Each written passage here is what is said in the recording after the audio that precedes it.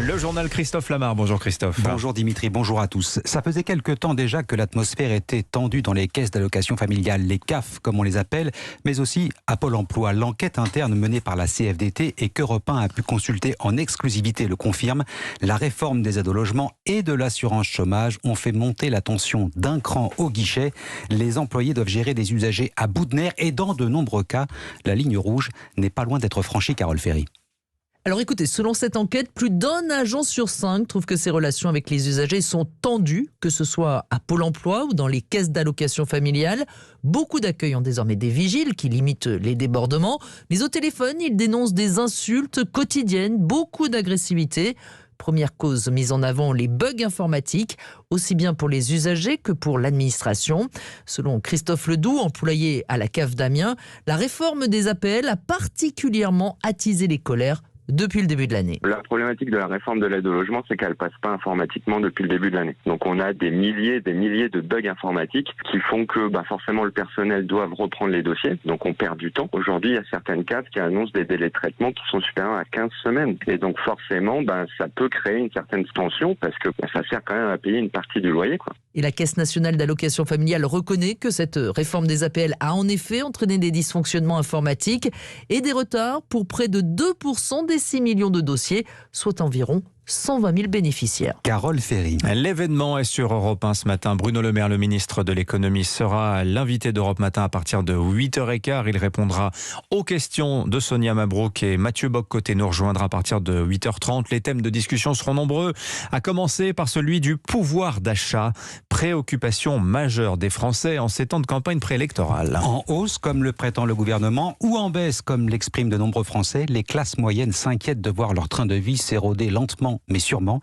C'est le cas de Christelle. Cette employée de la mairie de Paris gagne 1 500 € net par mois et cela ne suffit plus à couvrir ses dépenses courantes.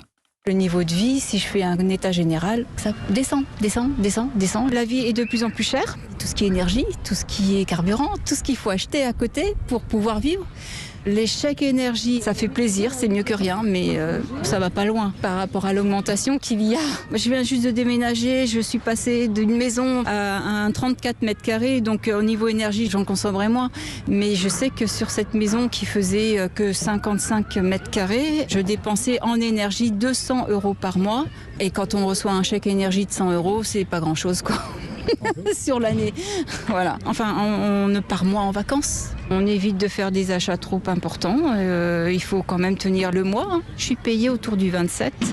Donc quand on arrive entre 20 et le 25, je vois que je suis vraiment ric-rac. Bon, on va se serrer la ceinture, on va manger des pâtes ce soir.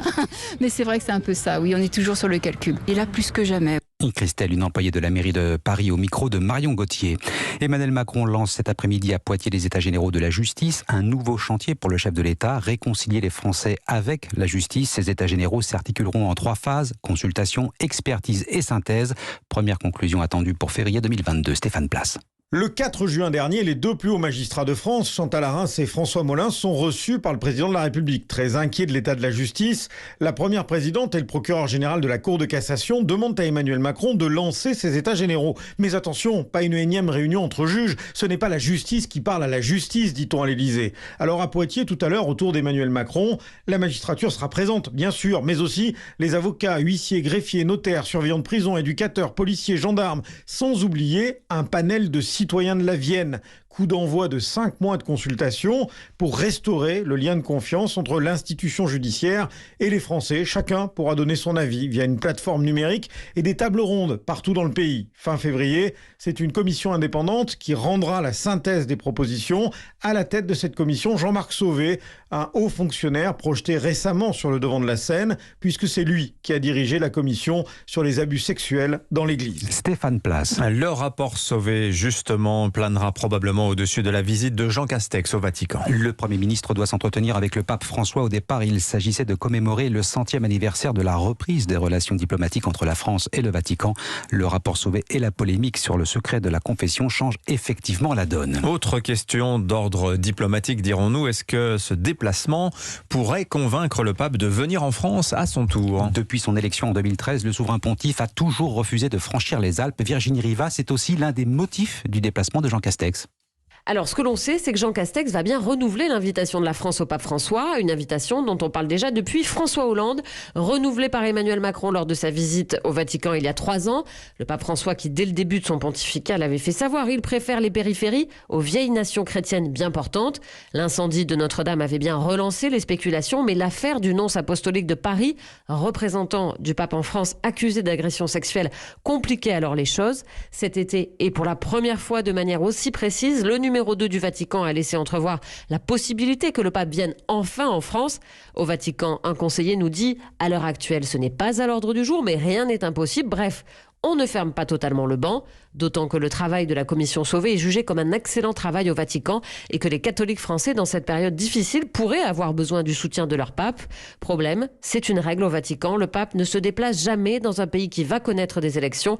Une visite avant la présidentielle semble donc délicate. Virginie Riva.